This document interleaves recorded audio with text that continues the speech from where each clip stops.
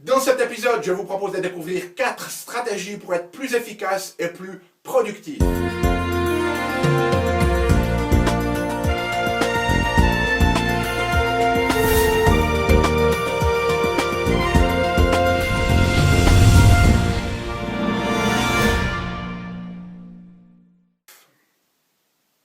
Parce que la vie est bien trop magique pour être petite, nous avons tous besoin d'une prescription pour vivre une grande vie. Bienvenue, bonjour, je suis le Dr Yannick Poli, bienvenue à une grande vie. Et comme toujours dans ces épisodes, je vous propose de découvrir des stratégies simples et efficaces pour améliorer notre conscience, qu'elle soit physique, émotionnelle, psychologique ou spirituelle, parce que fondamentalement, c'est cette conscience qui est au cœur de notre évolution personnelle et d'une vie comblée et pleinement vécu. Donc dans cet épisode, je vous propose de découvrir 4 stratégies pour être plus efficace, pour être plus productif. Alors qu'est-ce que j'entends par être plus productif?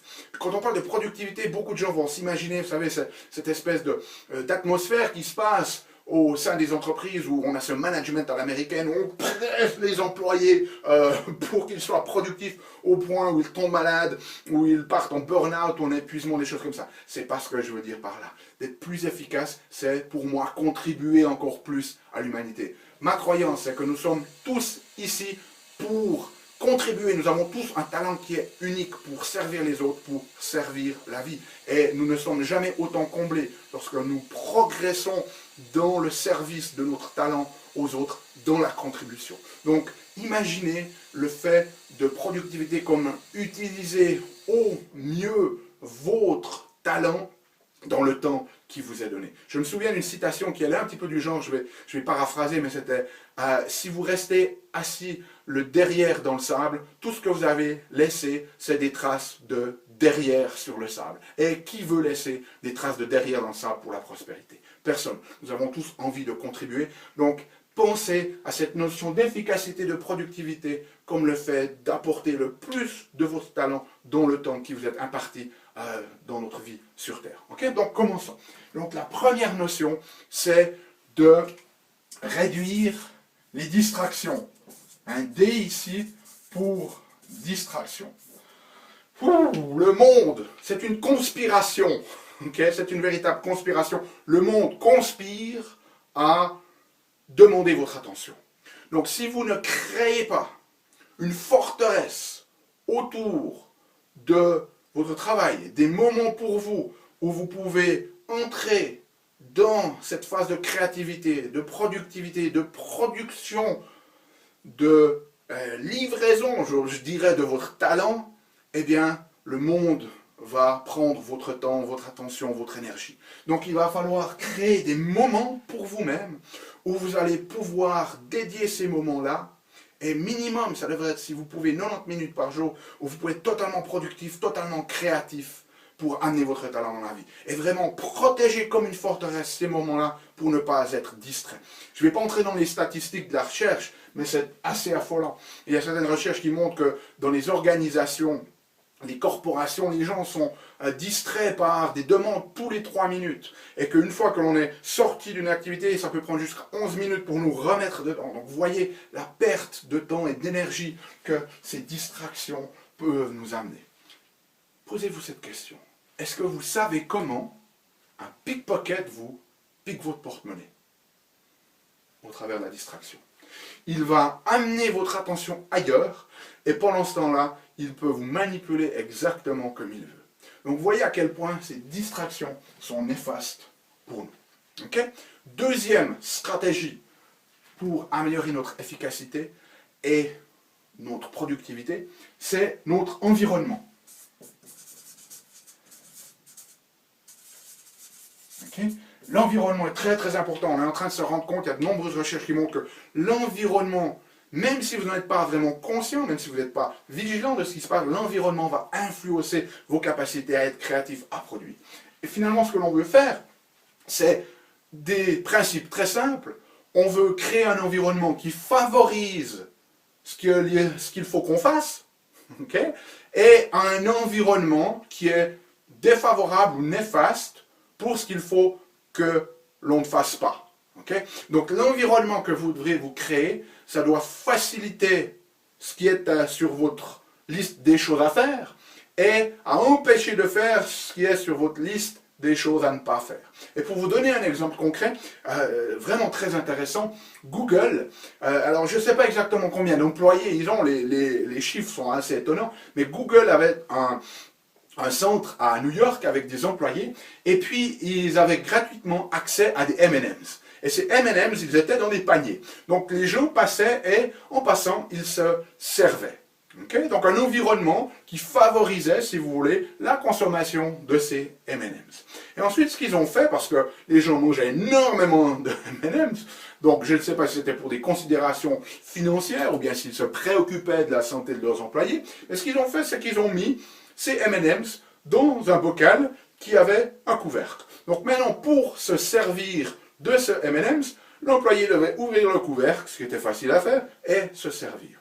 Et le simple changement d'environnement a fait que mensuellement, la consommation de M&M's a diminué de 3 millions de M&M's. Vous imaginez ça? Donc là, ce qu'ils ont fait, c'est créer un environnement qui était finalement défavorable à ce qu'ils ne voulaient pas que les employés fassent, quelque part. Donc ça illustre bien comment un simple changement dans l'environnement peut avoir des conséquences dramatiques sur votre efficacité et votre productivité. Troisième, ici, P pour papier. Donc, un de mes mentors disait, mieux vaut un court crayon qu'une longue mémoire. Et beaucoup d'entre nous, ce que l'on fait, c'est que l'on garde les choses à l'intérieur de notre tête.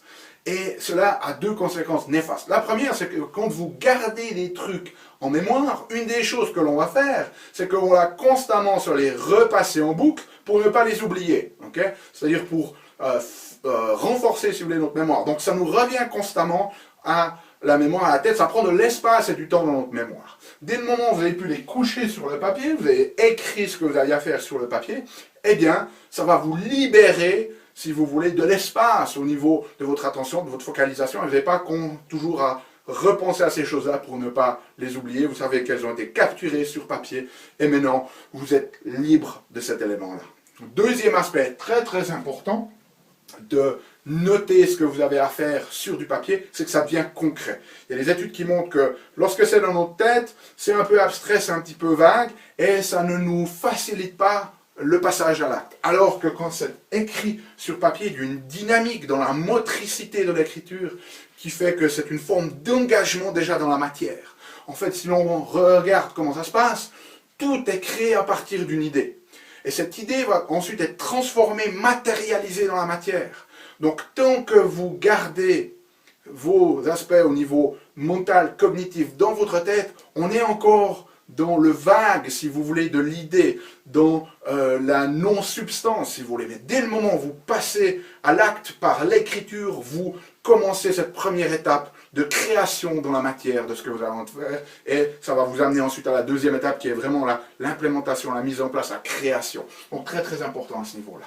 Maintenant, vous avez diminué vos distractions, vous avez réservé une période de temps pour que vous puissiez créer les choses dont vous avez envie de créer dans votre vie. Et vous devez avoir chaque jour un moment pour travailler sur ce qui vous fait avancer dans la direction de la vie de vos rêves, une grande vie, la vie de vos rêves. Chaque jour, vous devrez avoir un petit élément, aussi minuscule soit-il, qui vous fait avancer dans cette direction-là. Ensuite, vous avez créé un environnement qui facilite ce que vous avez à faire et qui rend plus difficile ce qu'il faut que vous évitiez de faire. Et ensuite, maintenant, vous avez tout noté sur le papier. Est-ce que vous commencez de le faire n'importe quand, n'importe comment? Non. Il y a une question de timing. Okay? Et ça, c'est le quatrième principe ici. Il y a des timings. On sait dans la recherche aujourd'hui que votre cerveau n'est jamais aussi créatif, attentif, capable de mémoriser que 2,5 à 4 heures après s'être réveillé. Après ça, le cerveau n'est plus aussi efficace. Donc c'est pour ça qu'il faut réserver cette période de temps. Pour la plupart des gens, c'est entre 9 et 12 heures le matin, donc 9 heures du matin à midi. C'est cette période d'intense créativité. Et c'est là que vous devriez faire les choses qui sont les plus importantes. Réservez cette partie de temps où votre cerveau est le plus efficace.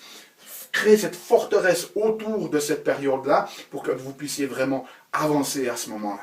Et le problème, c'est que la majorité des études montrent que la plupart des gens, qu'est-ce qu'ils font pendant cette période-là, cette période de 2 heures 2h30 de temps qu'on a, cette espèce de fenêtre d'opportunité que l'on a où notre cerveau est le plus efficace, qu'est-ce qu'ils font? Mais c'est là qu'ils sont dans des réunions, c'est là qu'ils sont en train de répondre à leur email ou qu'ils sont en train de naviguer en se perdant sur Facebook ou en browsant sur Internet. Okay? Donc, réservez cette zone de temps pour les aspects les plus importants de votre travail de vie. Donc voilà, 4 stratégies. J'espère que cela vous aide. Comme toujours, ça ne sert à rien d'hocher la tête et de ne rien faire.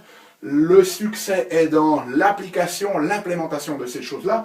Donc je vous propose de me donner un feedback sous cette vidéo. Laissez un commentaire de ce que vous avez pensé de cette vidéo. Et puis aussi, engagez-vous. Okay? C'est une forme de responsabilité que vous prenez. Laissez-moi savoir laquelle de ces stratégies vous avez commencé de mettre en place pour pouvoir créer la vie de vos rêves, une grande vie.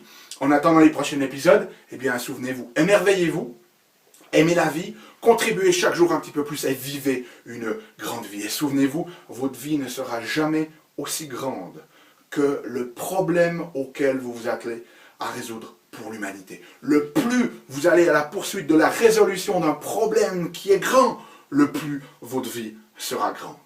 À bientôt.